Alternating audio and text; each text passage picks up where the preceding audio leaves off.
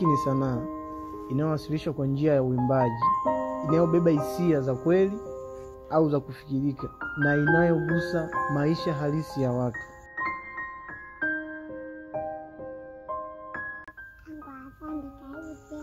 Najua unapenda kujifunza. Tukutane wakati mwingine.